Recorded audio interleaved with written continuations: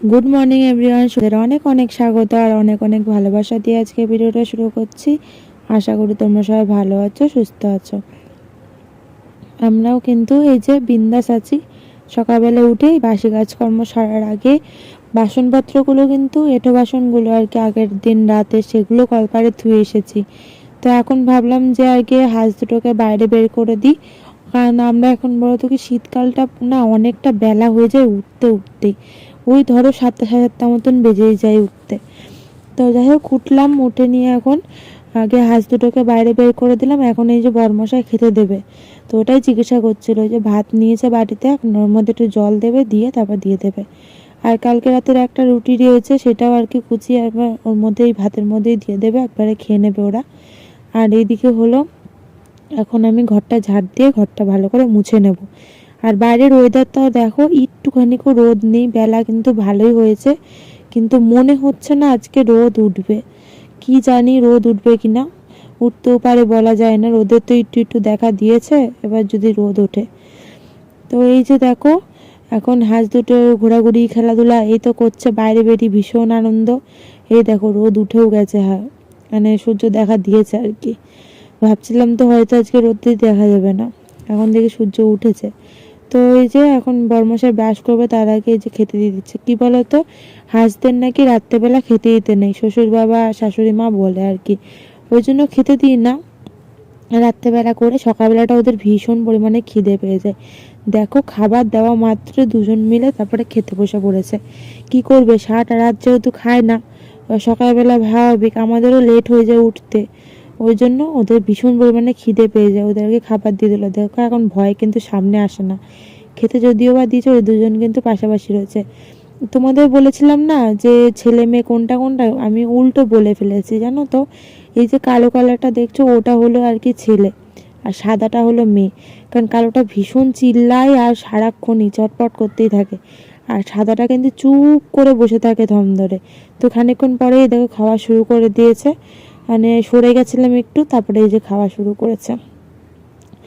আর ওদিকে আমি ঘরটা মুছে ফেলবো, কারণ যেহেতু ওরা রাত্রেবেলা থাকে, তো এমনিও তো ঘর রেগুলার মুছি, এখন আর একটু ভালো করে আর কি ফিনাইল দিয়ে একটু মুছে নিই ঘরটাকে, এটাই আর কি। চলো এবার ঘরটা মোছামুছি করে তারপরে এঁটো বাসন মাজবো, তারপরে আবার উঠোন ঝাড় দেবো, নিজে আবার ব্রাশ করবো, তাহলে গিয়ে কাজ শেষ হবে। তো এটাই ওদের খাওয়া, দেখেছো হাঁসদের খাওয়া না ফেলে ছেড়ে খাওয়া, মানে গুছিয়ে যে খাওয়া সেটা কিন্তু না একদমই। ওরা জল ছাড়া তো খেতেও পারে না, আমি এগুলো জানতাম না অত কিছু। তোমরা হয়তো অনেকে জেনে থাকবে যাদের বাড়ি আর কি হাঁস পোষে কিংবা হলো মুরগি পোষে, তারা অনেক মানে জানে। আমরা তো এসব পুষিনি, আমি মানে কোনোদিনও কি বলতো এসব খাইও নি। তো ওই জন্য আর কি প্রথমবার তো, আগের বছরেই খাওয়ার কথা ছিল কিন্তু হয়ে ওঠেনি, এবছর ওই জন্য নিয়ে এসছে। প্রচুর দাম জানো তো, এই যে জোড়া হাঁস নিয়ে এসছে, জোড়া হাঁস মতো 800 টাকা নিয়েছে আর কি। তাহলে ভাবো সবার দ্বারা সম্ভব, পুরো খাসির মাংসের মতন দাম আর কি। তো যাই হোক জানি না কেমন খেতে হবে আর কেমন কি হবে বৃত্তান্ত, কিন্তু ভাবছি জানো তো, এই যে ঘরের মধ্যে রাখছি, বের করছি, আদর যত্ন হচ্ছে, এইটাকে আবার খাওয়া, মানে তখন যে আমি কী করবো জানি না। আমি এগুলো একদমই পছন্দ করি না আর কি, কিন্তু ওই যে বরমশাইয়ের বায়না, কি আর করা যাবে, সেই শুনে আর কি বললাম তাহলে যাও গা। কিন্তু জানি না পরে গিয়ে আমি কি করব আর কি।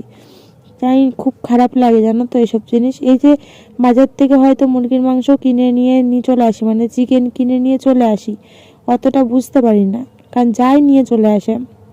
তাও তো আমি যাই না, বরমশাই গিয়ে নিয়ে আসে।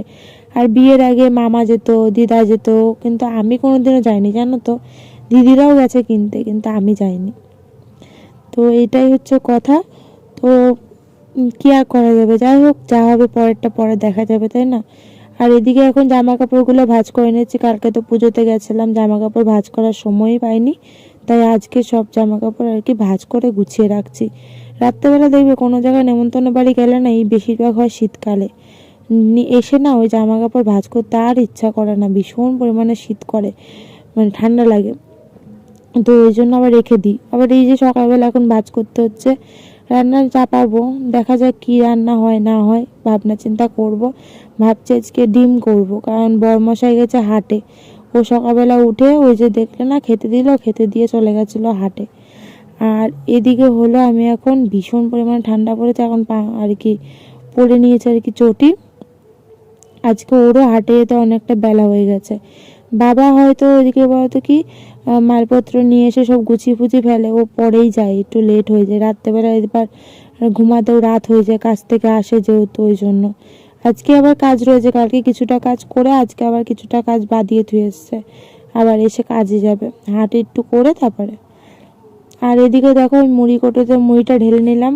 মুড়ি কিনে নিয়ে এসেছিলাম কিন্তু ঢালা হয়নি আর কি। মুড়ি কিন্তু আমরা মানে খাই না বলতে গেলে, ওই মেয়ে একটু আধটু খায় সেই হিসেবে আনা আর কি। তো নেতিয়ে গেছিলো, আগের কিছু মুড়ি ছিল সেগুলো ফেলে দিলাম, কি করব পুরো নেতিয়ে গেছে, খাওয়ার মতোই না। ওই জন্য ওগুলো ফেলে দিয়ে আবার ভালো করে আর কি কোড়োটা ঝেড়ে মুছে তারপরে এই যে আবার রাখলাম, ঠিক আছে।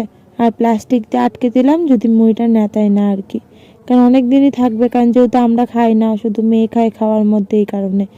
আর এই যে বিস্কুটের কোটোটাতেও তাই দেখো প্লাস্টিক বেঁধে রাখি এই কোটোগুলোতে, হাওয়া লাগে আর জানো তো বিস্কুটও নেতিয়ে যায়, এই জন্য এই করি।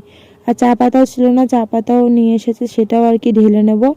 আর দুধওয়ালা দুধ দিয়ে গেছে, সকাল সকালে দুধ দিয়েছে, একদিকে খুব সুবিধা হয়, মেয়ে ঘুম থেকে উঠলেই আমি ওকে দুধ খাইয়ে দিই। আর এখন যেহেতু ঠান্ডা পড়েছে ভীষণ পরিমাণে, ওই 12টা-1টার মধ্যে দুধটা মানে 2বারে খাওয়াই ফেলি, তারপরে স্নান করিয়ে ভাত খাওয়াই, ঠিক আছে। আর এদিকে একটু দুধ চা করে নিয়েছি নিজের একার জন্য আর কি। তো পরে না বরমশাই এসছে, আমি মানে খেতে বসেছি, দুটো আর কি বিস্কুট আর কি মাত্র একবার চুবিয়েছি আর বরমশাই ঢুকেছে।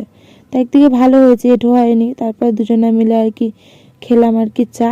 বরমশাই বললো যে চাটা খেয়েই আর কি কাজের দিকে যাবে, তার ডিমটাও দিয়ে যাবে, যেহেতু বাজার থেকে ডিম আনতে হবে, ওই কারণে একবারে ডিমটা দিয়ে তারপরে চলে যাবে আর কি কাজে।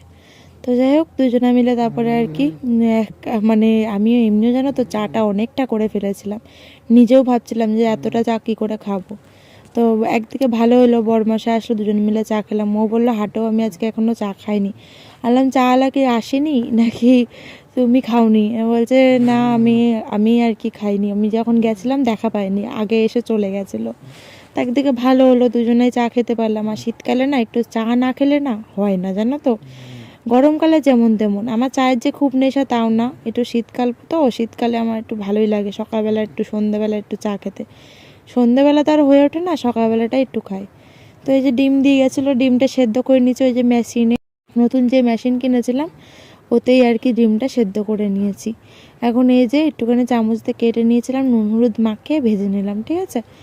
আর এখন ডিমটা আগে ভেজে নিলাম, কেন বলো তো কড়াই লেগে যাবে নাহলে, কারণ এখন চচ্চড়িটা বসাবো, তারপরে ডিমের তরকারিটা পরে করব, কারণ ডিমের তরকারি কাটাকুটিটা আমি এখনও গুছাইনি, কাটাকুটি করব, কারণ যেহেতু রসুন দিতে হবে, তো রসুন ছাড়াতে তো একটু সময় লাগে বলো।